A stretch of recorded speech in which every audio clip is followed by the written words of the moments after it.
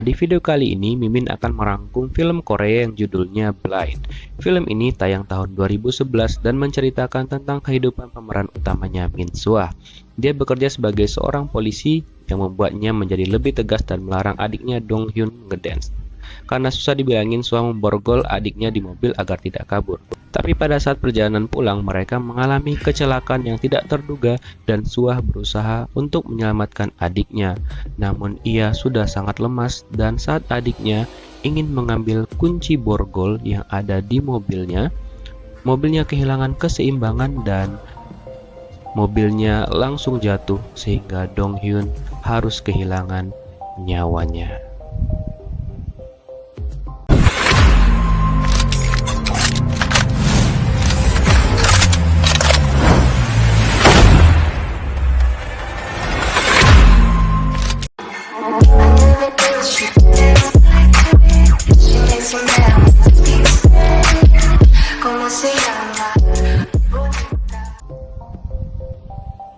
3 tahun setelah pasca kecelakaan, Sua mengalami kebutaan. Dia memutuskan untuk hidup di kota sendirian ditemani anjingnya sebagai petunjuk arahnya. Kemudian Sua mencoba mendaftar kembali ke kepolisian, namun ia ditolak. Alasannya adalah karena ulah yang telah dibuatnya di masa lampau. Setelah itu, Sua pergi mengunjungi panti asuhan tempat ia dan adiknya dibesarkan. Kebetulan pada hari itu ada peringatan kematian adiknya Dong Hyun, dan ibunya menyuruhnya untuk datang. Namun karena masih trauma, Sua malah marah akan hal tersebut dan tersinggung dan pergi begitu saja meninggalkan ibunya dan adik-adik panti asuhan tersebut. Saat perjalanan pulang, dia menumpang sebuah mobil yang ia pikir adalah taksi. Awalnya semuanya baik-baik saja, dan supir taksi itu pun terlihat ramah sambil menawarkan minuman kepada Sua. Namun hal tersebut berubah saat si supir taksi tiba-tiba menabrak sesuatu. Dan Sua yang mempunyai insting tajam keluar dari mobil dan sadar bahwa si supir taksi telah berbohong menabrak anjing. Si supir taksi sempat berbuat kasar kepada Sua, namun untungnya ada kendaraan yang lewat dan si supir taksi pun pergi meninggalkan Sua. Dan untungnya si Sua selamat dari kejadian itu. Setelah kejadian itu, Sua ditemani ibunya melaporkan kejadian itu ke kantor polisi. Namun sepertinya polisi tidak mempercayai keterangan dari Sua, lalu mereka memutuskan untuk pulang. Ternyata si supir taksi itu adalah seorang psikopat. Di rumahnya ternyata banyak mayat perempuan dan orang yang dia tabrak tadi disiksa, lalu setelah itu digenjotnya. Wadaw. Keesokan harinya, Sua dimintai keterangan oleh seorang detektif yang bernama Detektif Jo. Nah, nantinya mereka akan bekerja sama untuk menyelesaikan kasus si supir taksi tersebut. Keesokan harinya, ada seorang anak remaja yang mengaku melihat kejadian itu dan mengatakan bahwa dia lihat itu bukan taksi. Namun keterangannya kurang lengkap dan ia diusir oleh detektif karena dianggap memberikan keterangan palsu demi dapat uang. Lalu detektif Jo menawarkan Sua untuk bekerja sama dengannya menyelesaikan kasus tersebut. Malam harinya, Sua mendapatkan telepon misterius dan yang telepon itu adalah si supir taksi karena target selanjutnya adalah Min Sua. Sua dan detektif Jo terus mencari petunjuk mengenai si supir taksi, tapi mereka sampai saat ini belum menemukan hasilnya. Diam-diam ternyata si supir taksi juga mengincar anak remaja yang menemui Sua dan detektif Jo. Ia bernama Ki-sup. Si supir taksi mengikuti Ki-sup sampai ke rumahnya dan saat Ki-sup menyadari bahwa ada yang mengikutinya, dia langsung lari dan bersembunyi dari si supir taksi tersebut. Dan saat ia merasa aman, Ki-sup bergerak kembali. Namun pada saat itu si supir taksi langsung memukul kepalanya dengan batu. Dan saat akan dihabisi oleh si supir taksi, untung saja ada warga yang keluar dari rumah ingin membuang sampah gitu. Dan ia menemukan Ki-sup di tumpukan sampah. Lalu ia langsung melaporkannya ke polisi dan memanggilkan ambulan. Saat itu kebetulan Sua dan detektif Jo melihat ketika Ki-sup diangkut oleh ambulan dan mereka langsung mengikuti ambulan tersebut. Selama di rumah sakit, Sua merawat Ki-sup seperti adiknya sendiri karena ia memang teringat kepada Dong Hyun dan kejadian itu membuat Sua ingin berhenti melakukan penyelidikan. Namun detektif Jo tetap membujuk Sua karena mereka sudah sejauh ini dan pelaku harus segera ditangkap. agar tidak ada korban lainnya, tapi Suah sepertinya sudah bulat dengan keputusan yang dibuatnya. Tapi pada saat pulang ke rumah, Suah mendapatkan telepon dari si supir taksi tersebut dan memberikan ancaman kepadanya dan juga Ki-sub.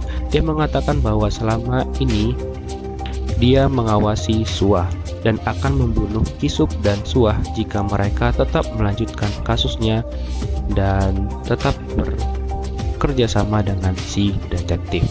Waduh. Karena khawatir, Suah pergi ke rumah sakit dan memberitahukan kepada Ki-sub untuk tidak pergi dan menunggu detektif Joe. Tapi Ki-sub tidak mendengarkan Suah dan dia langsung meninggalkan Suah pada saat itu. Tapi pada saat di stasiun, Ki-sub melihat Suah diikuti oleh si supir taksi tersebut. Dan Ki-sub langsung menelpon Suah dan memberitahukan bahwa si supir taksi itu sedang ada di depannya. Kemudian Ki-sub mengarahkan Suah untuk langsung turun dari kereta, dan saat Suah turun dari kereta, ia malah disergap oleh si supir taksi tersebut. Namun Suah tidak kehabisan akal, dia menyemprotkan cairan ke mata si supir taksi itu dan dia langsung berlari bersama anjingnya sambil diarahkan oleh Ki-sub melalui telepon. Saat Suah menemukan lift dan hampir saja tertutup, si supir taksi berhasil membukanya dan sempat membius Suah. Dan Suah pun langsung pingsan saat dibius. Namun dengan sigap anjing, Suah langsung menyelamatkan Suah. Tapi anjingnya yang harus kehilangan nyawa karena ditusuk sama si supir taksi itu. Dan Suah langsung dilarikan ke rumah sakit setelah didapati oleh warga pingsan di lift. Detektif Joe akhirnya menemukan informasi mengenai pekerjaan si supir taksi itu dari obat bius yang dia berikan ke Suah. Dan ternyata supir taksi itu bekerja di rumah sakit persalinan. Dan Suah masih terpukul karena kepergian anjingnya dan Ki-sub pun berusaha untuk menenangkan Suah.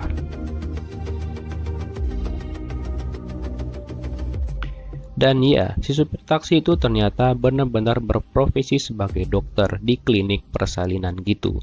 Dia bernama Myung-jin. Memang benar-benar sadis ya ini orang ya. Singkat cerita, Suah dan Ki-sub untuk sementara pindah ke panti asuhan tempat Suah dulu dibesarkan agar mereka aman dari si Myung-jin. Dan kebetulan hari itu ibu panti serta anak-anak lainnya ingin bepergian dan mereka menitipkan rumah untuk dijaga oleh Suah dan juga Ki-sub. Biasanya habis ini bakal ada hal yang menegangkan terjadi kalau dari bau-baunya ya kan. Detektif Joe akhirnya bertemu dengan Myung-jin dan menginterogasinya. Detektif Joe juga mengetahui ciri-ciri pelakunya dari yang disampaikan oleh Suah dan juga nomor telepon yang ada di dalam mobilnya. Dan akhirnya mereka terlibat perkelahian. Mereka saling pukul dan detektif Joe sebenarnya hampir sempat untuk memborgol si Myung-jin, tapi Myung-jin terlalu sigap dan langsung mengarahkan pisau ke leher detektif Joe. Dan karena detektif Joe sangat banyak kehilangan dan kehabisan darah, detektif Joe pun akhirnya tewas di tempat. Lalu Myung-jin memanfaatkan HP detektif Joe untuk mencari keberadaan Ki-sub dan juga Suah. Dan saat dia tahu keberadaan mereka di panti asuhan, dia langsung bergerak pergi ke panti asuhan tersebut. Polisi yang juga sudah mengetahui detektif Joe diserang, mereka langsung bergerak untuk melakukan penangkapan Myung-jin karena rekan mereka telah menjadi korban. Dan mereka langsung bergerak dengan segera. Saat tiba di panti, Suah langsung bertemu dengan si Myung-jin dan Ki-sub langsung menyerang si Myung-jin. Dan Suah langsung berusaha untuk pergi menelpon polisi tapi gagal karena kabelnya sudah diputus oleh si Myung-jin. Dan Suah langsung beralih ke lantai atas dan Ki-sub malah ditusuk saat mencoba menghalangi si Myung-jin dan ia didorong keras hingga terbentur dan jatuh dan tak berdaya lagi. Lalu Suah mematikan lampu dengan cara yang ekstrim banget dan ia berhasil melakukan itu. Dan lalu Suah menjebak Myungjin di kamar mandi sehingga Myungjin terkunci di dalam sana. Tapi itu nggak berlangsung lama ya guys. Myungjin berhasil keluar dari kamar mandi itu dan menyerbu Suah. Dan untungnya Suah berhasil membawa Ki-sub ke sebuah kamar dan berhasil menutup pintu kamar sebelum si Myungjin datang. Dan Suah yang mengetahui Ki-sub terluka langsung mengambil kotak P3K dan mengobati Ki-sub sebisanya. Lalu ia menyembunyikan Ki-sub di bawah meja. Tak lama setelah itu Myungjin berhasil menerobos masuk dan dia langsung menangkap Suah. Namun Suah masih berhasil kabur dan Suah menjebak si Myungjin lagi sehingga dia akan terbakar hidup-hidup. Tapi si Myungjin masih selamat ya. Banyak banget ya memang nyawanya si Myungjin ini. Dia belum tewas-tewas juga. Dan saat mau kabur, Suah berhasil lagi ditangkap oleh si Myungjin. Lalu Suah dipukul, ditendang, dan langsung ingin digenjot oleh si Myungjin. Tapi pada saat itu Ki-sub sudah sadar dan langsung memukul kepala si Myungjin hingga Myungjinnya pingsan.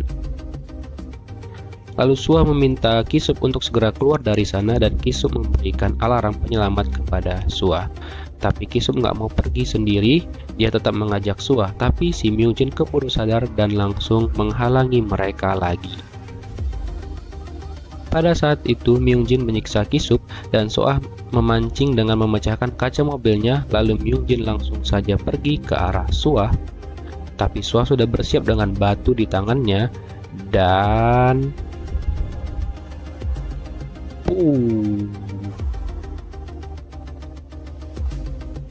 si Myungjin akhirnya terkapar dan mereka selamat. Dan beberapa saat kemudian polisi pun tiba di lokasi tersebut. 1 tahun kemudian Suah berhasil masuk ke akademi polisi dan lulus dari sana. Dan ibu pantinya dan juga Ki-sub turut hadir di sana dan mereka berfoto bersama dan tidak ada lagi yang mengusik hidup mereka. Begitulah ending cerita film Blind ini teman-teman. Gimana? Kalian suka enggak dengan